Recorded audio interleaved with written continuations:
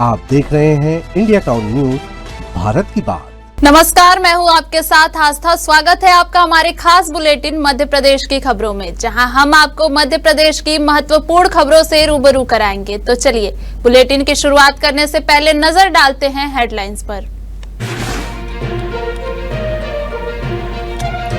कुएं में जा गिरी नीलगाय, ग्रामीणों ने किया रेस्क्यू। सकुशल नीलगाय को देख खिल उठे ग्रामीणों के चेहरे।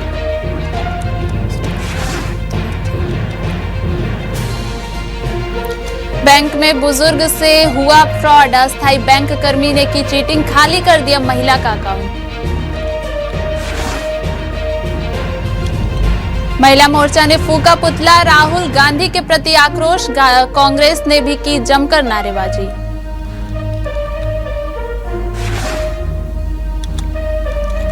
चोरी करने आए चोरों को पकड़ा ग्रामीणों ने, फायरिंग करके भागे बाकी चोर, कैश और जेवर ले उड़े बाकी के चोर। विधायक ने लांघी मर्यादा, राय ने सरेआम दी गालियां, कांग्रेस ने किया पलटवार। गणेशोत्सव के दौरान बड़वानी के झंडा चौक स्थित बड़वानी धरोहर पंडाल सांस्कृतिक और धार्मिक गतिविधियों का प्रमुख केंद्र बन गया है।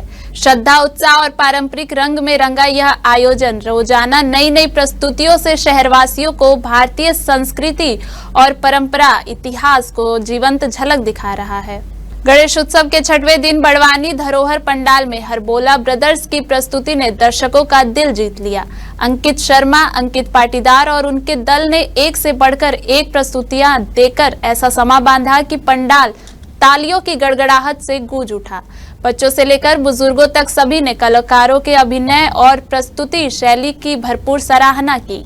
शहरवासियों ने बड़वानी धरोहर ग्रुप की इस सांस्कृतिक पहल को खूब सराहा और आयोजकों को पारंपरिक मूल्यों के संरक्षण तथा सांस्कृतिक चेतना जागृत करने के लिए बधाई दी। बड़वानी धरोहर ग्रुप द्वारा आयोजित यह गणेश उत्सव केवल धार्मिक आयोजन नहीं बल्कि सांस्कृतिक पुनर्जागरण का उत्सव बन गया है। हर दिन की प्रस्तुति एक नई अनुभूति लेकर आ रही है। 3 सितंबर को खाटू श्याम बाबा की भजन संध्या, 4 सितंबर को फैंसी ड्रेस प्रतियोगिता और 6 सितंबर को भगवान विष्णु के दशावतार पर आधारित विशेष प्रस्तुति और समापन समारोह आयोजित है। झांसी के मऊरानीपुर थाना क्षेत्र के रूपागमना गांव में आधी रात को चोरी की घटना को अंजाम देने पहुंचे बदमाशों में से एक को ग्रामीणों ने पकड़ लिया, जबकि 4 बदमाश फायरिंग करते हुए मौके से फरार हो गए। बदमाश घर से नकदी और जेवर लेकर भागने में सफल रहे। झांसी के मऊरानीपुर थाना क्षेत्र के रूपागमना गांव में आधी रात करीब 1 बजे ग्राम प्रधान राजपाल सिंह यादव के घर चोरी करने बदमाश घुस आए। ग्राम प्रधान के शोर मचाने पर बदमाशों में से एक को ग्रामीणों ने पकड़ लिया, जबकि 4 अन्य बदमाश फायरिंग करते हुए फरार हो गए।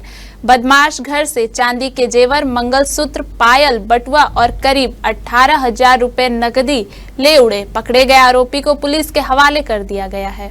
आज रात की 1 बजे लगभग करीबन 5 लोग मेरे घर पर आए और उन्होंने दरवाजा तोड़ के हमारे अंदर प्रवेश किया। कुछ चीजें भी ले गए, सोने चांदी की, और 18,000 रुपया लवाई में रहे थे वो भी ले गए। और इससे एक लड़के को हमने उसमें से पकड़ लिया। 4 भाग गए। कहाँ का लड़का पकड़ा है? अब लड़का तो हरपालपुर का बता रहा है, लेकिन सत्य बता रहा है कि झूठ बता रहा है वो तो वही जाने। जाने वो ये बता रहा हम हरपालपुर के हैं, हम तो चोरी की नियत से आए थे। कैसे पकड़ा आप लोग, कैसे जानकारी? हम लोग, हमारा बच्चा जाग गया, हमारे भाई थे चचेरे वो भी जाग गए बगल में, और हमारे लोग रहते भतीजे भाई, तो उन्होंने देखा कि 3-4 लोग भाग रहे तो पीछा किया, तो 4 तो भाग गए, एक पकड़ गया उनमें से। मध्य प्रदेश के सीहोर से बीजेपी विधायक सुदेश राय का वीडियो सोशल मीडिया पर जमकर वायरल होने लगा। विरोध प्रदर्शन के दौरान विधायक ने अश्लील गाली गलौज। राहुल गांधी के बयान को लेकर भाजपा के लोग कांग्रेस कार्यालय के सामने विरोध प्रदर्शन कर रहे थे। भाजपा और कांग्रेसी कार्यकर्ता आमने सामने आ गए, धक्का मुक्की भी हुई। एक भाजपा कार्यकर्ता ने कहा कांग्रेस कार्यालय में आग लगा देंगे। विरोध प्रदर्शन के दौरान भाजपा विधायक सुदेश राय ने गालियां बकी। इसका वीडियो सोशल मीडिया पर वायरल हो रहा है। इसे लेकर कांग्रेस ने भी पलटवार करते हुए बोला है कि कांग्रेस के पूर्व विधायक सक्सेना ने कहा है कि राय ने संवैधानिक पद की गरिमा को तार-तार कर दिया है। यह सीहोर के लिए ब्लैक डे है। सीहोर से 4 बार विधायक रह चुके रमेश सक्सेना ने सुदेश राय को नसीहत दी है। अपने आधिकारिक सोशल मीडिया अकाउंट से जारी एक वीडियो में पूर्व विधायक रमेश सक्सेना ने बीजेपी विधायक सुदेश राय को नसीहत देते हुए कहा है कि जिस तरह से सुदेश राय ने महिलाओं के सामने सार्वजनिक मां की गाली दी है, सीहोर के इतिहास में पहली बार ऐसा हुआ है। सीहोर के लिए यह काला दिवस है। छतरपुर के सीएम राइज संदीपनी विद्यालय में कक्षाएं समय पर संचालित नहीं होती। शिक्षक समय पर क्लासरूम में नहीं पहुंचते। आज भी प्रातः 11:15 तक क्लासरूम्स में शिक्षक नहीं पहुंचे थे। स्कूल प्रबंधन की बड़ी लापरवाही उजागर हुई है। वहीं दूसरी ओर बच्चों से फर्नीचर के डिब्बे उठवाए जा रहे हैं। स्कूल के मिडिल सेक्शन में अब तक शिक्षकों के पढ़ाने का टाइम टेबल भी नहीं बन पाया है। मुख्यमंत्री की ड्रीम प्रोजेक्ट को पालिता लगाने में जुटे प्राचार्य जेपी अग्रवाल बता दें कि बीते दिनों कलेक्टर की जन सुनवाई में अभिभावकों और पार्षदों ने शिकायत दर्ज कराते हुए सीएम राइज संदीपनी विद्यालय छतरपुर में अन्य गतिविधियां संचालित करवाने की मांग की थी। वहीं सबसे बड़ा सवाल यह है कि समूचे विद्यालय में एक भी सीसीटीवी कैमरा नहीं लगाया गया है। सनावद के वार्ड नंबर 18 चांदनीपुरा डिग्री कॉलेज के पास स्थित शासकीय प्राथमिक शाला में बीती रात चोरी हो गई। रसोई घर का ताला तोड़कर बदमाश गैस चूल्हा, गैस टंकी, भट्टी, दाल, अनाज, आटा चुरा ले गए। आज सुबह मध्याह्न भोजन बनाने वाली महिला लक्ष्मी कदम स्कूल पहुंची तो रसोई घर का ताला टूटा और दरवाजा खुला मिला। उसने स्कूल के हेडमास्टर सियाराम भटनागर को बुलाया। पालक शिक्षक संघ अध्यक्ष पन्नालाल भाई भी मौके पर पहुंच गए। थाने में सूचना दी गई। मौके पर पहुंचे एएसआई अंतर सिंह सोलंकी ने जांच पड़ताल की। चोर किचन से अनाज, सिलेंडर, स्टोव व अन्य सामान ले गए हैं। सर रोज की तरह मैं सुबह भी खाना बनाने के लिए 8 बजे आई। देखा तो ताला टूटा हुआ था। फिर देखा अंदर तो चोरी हो गई। मैं घबरा गई, मेरे को बहुत रोना आया। फिर सर को मैंने तुरंत फोन लगाया। मैंने कहा सर जी आप आइए। मैंने बोला किचन में चोरी हो गई है। तो क्या क्या गया है यहाँ पर से? यहाँ पे टंकी गई है, चूल्हा गया है, भट्टी गई है और थोड़ा किराना सामान था वो भी गया है, दाल वगैरह। और जैसे हमारी रसोई दीदी जो है लक्ष्मी दीदी खाना बनाने रोज़ की तरह आज सवेरे 8 बजे करीब 8:30 बजे करीब आए होंगे। और जैसे ही उन्होंने ताला देखा तो ताला टूटा हुआ दिखा और अचानक अंदर खोला तो कुछ सामग्री चले गई, यानी चोरी का मतलब उनको एहसास हो गया था। तो गैस भट्टी वगैरह गई है, गैस चूल्हा गया है और गैस टंकी भी गई है, कुछ राशन सामग्री गई है जिसमें दाल वगैरह थी, आटा भी निकाला है उन्होंने। मैंने तुरंत 9 बजे 8:30 9 बजे के आसपास आया और देखा। फिर पंचनामा बनाने के लिए मैंने अध्यक्ष, हमारे शाला समिति अध्यक्ष को बुलाया, पन्नालाल भाई, और अन्य लोगों को भी बुलाए, हमारे टीचर लोग जो थे सहायक उनको भी बुलाए और पंचनामा बनाया। और बना करके दीदी को कहा कि रिपोर्ट करना है तो फ़ोन लगाया और अपने पुलिस वाले भैया भी आए, हेड साहब आए थे, उन्होंने भी देखा, जांच की और फिर कहा कि आप लिखित में रिपोर्ट दे दो तो हम इंक्वायरी करेंगे। हमने लिखित में तैयार कर ली है। उत्तर प्रदेश के झांसी जिले से इंसान और जानवर के बीच प्रेम की शानदार तस्वीर सामने आई है। यहाँ कुएं में जा गिरी एक नीलगाय को ग्रामीणों ने सकुशल बाहर निकालकर उसकी जान बचा ली। नीलगाय की प्राण रक्षा कर ग्रामीण खुशी से झूम उठे। मामला झांसी जिले के लहचूरा थाना क्षेत्र के ग्राम धायपुरा का है। धायपुरा गांव के किसान आनंदी के खेत के कुएं में एक नीलगाय गिर गई। कुएं के मुंडेर की ऊंचाई बहुत कम है, लिहाजा नीलगाय फसल को चरते चरते कुएं में जा गिरी। जब ग्रामीणों ने कुएं के अंदर नीलगाय को छटपटाते देखा तो इसकी सूचना उन्होंने वन विभाग को दी। मौके पर पहुंचे वन दरोगा देवपाल सिंह, वन रक्षक रघुबीर राजपूत, श्रीपत लेखपाल व शुभम निगम और ग्रामीणों ने रस्सियों की मदद से कड़ी मशक्कत के बाद नीलगाय को सकुशल बाहर निकाल लिया। बाहर आने के बाद नीलगाय कुछ देर तक तो बेसुध पड़ी रही, फिर उठकर सरपट दौड़ पड़ी। नीलगाय को दौड़ते देख ग्रामीण खुशी से झूम उठे। मध्य प्रदेश के सीहोर में एक बुजुर्ग महिला से धोखाधड़ी का अजीबोगरीब मामला सामने आया है, जहां मामला सीहोर के श्यामपुरा का है। भारतीय स्टेट बैंक के एक अस्थायी कर्मचारी और कियोस्क सेंटर संचालक ने मिलकर बुजुर्ग महिला के खाते से सारे पैसे उड़ा दिए। प्रधानमंत्री आवास की पहली किस्त की रकम को भी इन जालसाजों ने फर्जीवाड़ा कर निकाल लिया है। धोखाधड़ी का शिकार श्यामपुर की बुजुर्ग महिला साजिदा खान हुई हैं। साजिदा का अकाउंट स्टेट बैंक शाखा में है। बताते हैं कि बैंक के अस्थायी कर्मचारी ने कियोस्क सेंटर संचालक से साठगांठ कर साजिदा के खाते से अपना मोबाइल नंबर लिंक करा लिया था और फिर वह साजिदा के खाते से यूपीआई के जरिए रकम निकालता रहा। साजिदा बेखबर हैं, वह किराए के मकान में रहती हैं। उसे सामाजिक सुरक्षा योजना के तहत हर महीने 600 रुपए की पेंशन मिलती है। यह राशि सीधे अकाउंट में आती है। साजिदा के लिए प्रधानमंत्री आवास स्वीकृत हुआ है। इसकी पहली किस्त के 25,000 रुपए अकाउंट में आए तो साजिदा की खुशी का कोई ठिकाना नहीं था। वह जब अकाउंट से पैसे निकालने बैंक गई तो वहां बताया गया कि उसके खाते में 0 बैलेंस है। यह सुन एक झटके में साजिदा के सपने चकनाचूर हो गए। बुजुर्ग महिला ने अकाउंट स्टेटमेंट मांगा लेकिन बैंक कर्मियों ने उसे टरका दिया। 20 दिन की दौड़ धूप के बाद आखिरकार सच्चाई सामने आ गई। उसके खाते से सारे पैसे यूपीआई के जरिए निकाले जा चुके थे और जो मोबाइल नंबर खाते से जुड़ा था वह किसी और का नहीं बल्कि बैंक के ही एक अस्थायी कर्मचारी का था। आरोप है कि अस्थायी कर्मचारी ने बैंक के कियोस्क संचालक के साथ मिलकर बुजुर्ग महिला के साथ धोखाधड़ी की है। पीड़ित महिला ने थाने में शिकायत दर्ज कराई लेकिन कोई कार्रवाई नहीं हुई और साजिदा अभी भी न्याय की उम्मीद में दर दर भटक रही हैं। मैं साहब ऐसा हुआ कि मेरे बैंक गई थी, बैंक पंचायत गई, पंचायत से बैंक गई तो मतलब 1 महीना होगा चक्कर काटते काटते मतलब हमें परेशान हाल कर रहा है कि हम खुद परेशान हैं साहब। और अब मेरे बच्चा भी परेशान है, मजदूरी करती हूँ, मेरे बच्चा मजदूरी करता है। बैंक जाते हैं तो तुम्हारे पैसे नहीं आए, तुम्हारे पैसे नहीं आए, ऐसे परेशान कर रहा है 1 महीने से हमें। काय के पैसे थे?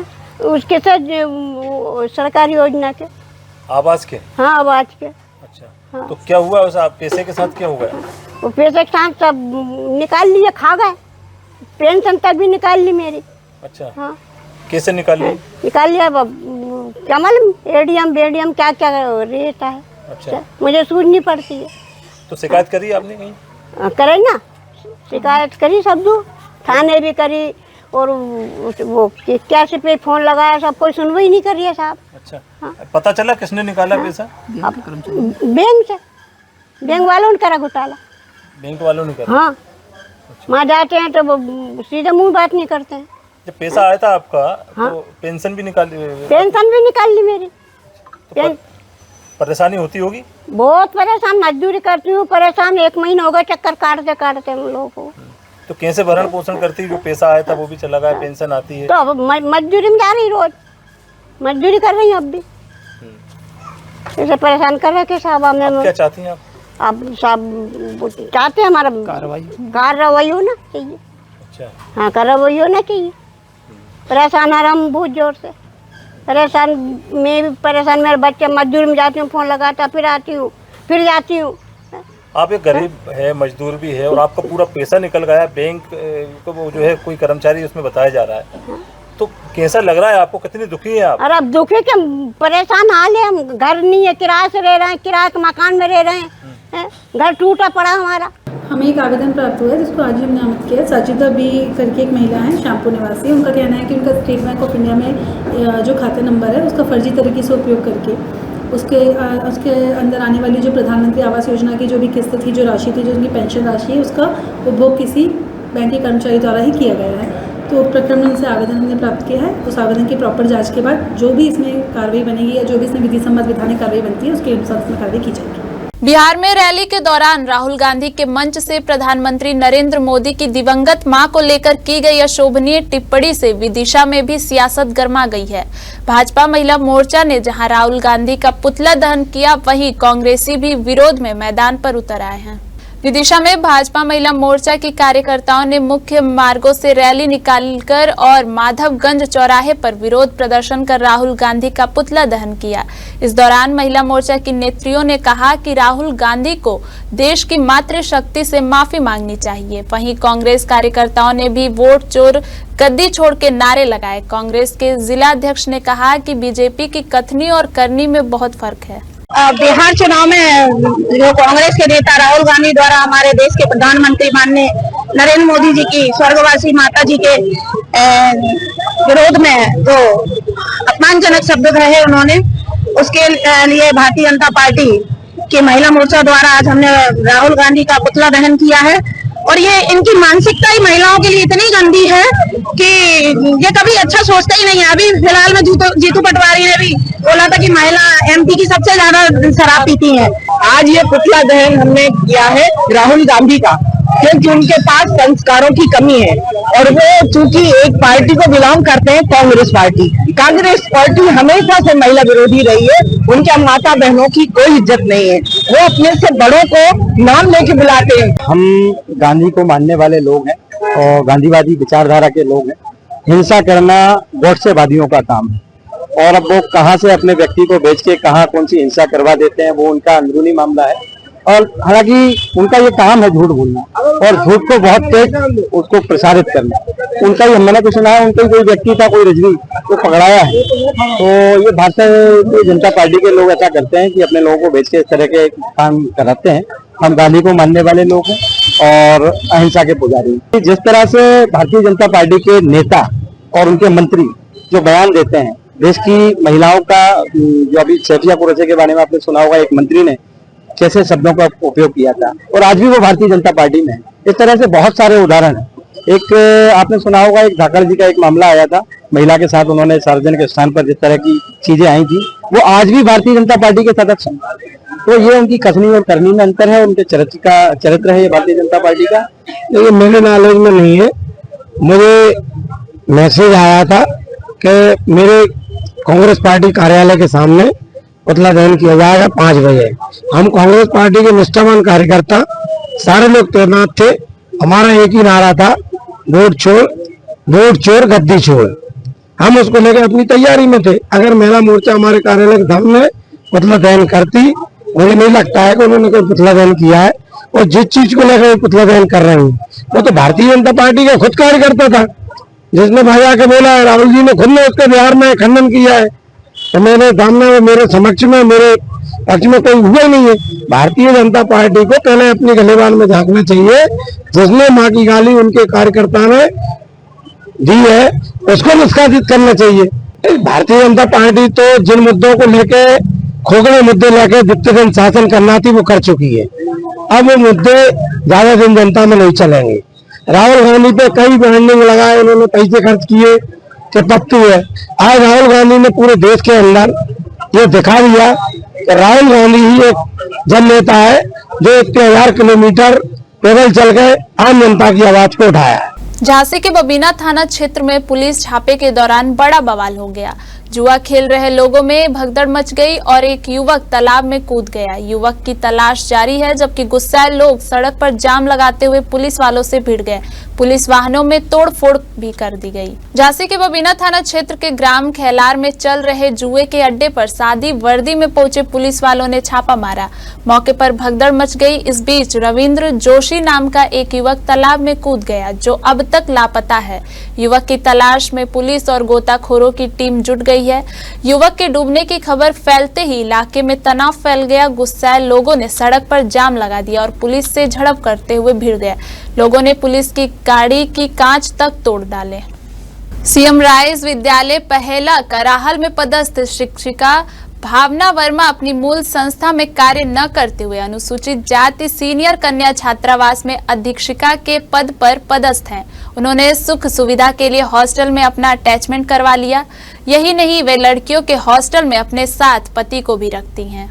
बता दें, भावना वर्मा की पोस्टिंग कुछ वर्ष पहले सीएम राइज विद्यालय पहेला में हुई थी, लेकिन उन्हें यह स्कूल पता नहीं क्यों रास नहीं आया और उन्होंने अपना अटैचमेंट कराहल में कन्या सीनियर हॉस्टल में करा लिया। भावना वर्मा कई वर्षों से अधीक्षिका के पद पर सीनियर कन्या छात्रावास कराहल में सेवाएं दे रही हैं। भावना वर्मा की तरह ही कई अन्य शिक्षक भी अटैचमेंट कराकर अपनी सुविधा अनुसार विद्यालयों में पढ़ा रहे हैं। भावना वर्मा के पति भी कन्या छात्रावास में रहते हैं, जो कि नियम के विरुद्ध है। अधीक्षिका के पति का कन्या छात्रावास में रहना छात्राओं की सुरक्षा के साथ बड़ा खिलवाड़ है। सहायक आयुक्त राकेश गुप्ता ने कहा कि जल्द इन सभी पर कार्रवाई की जाएगी।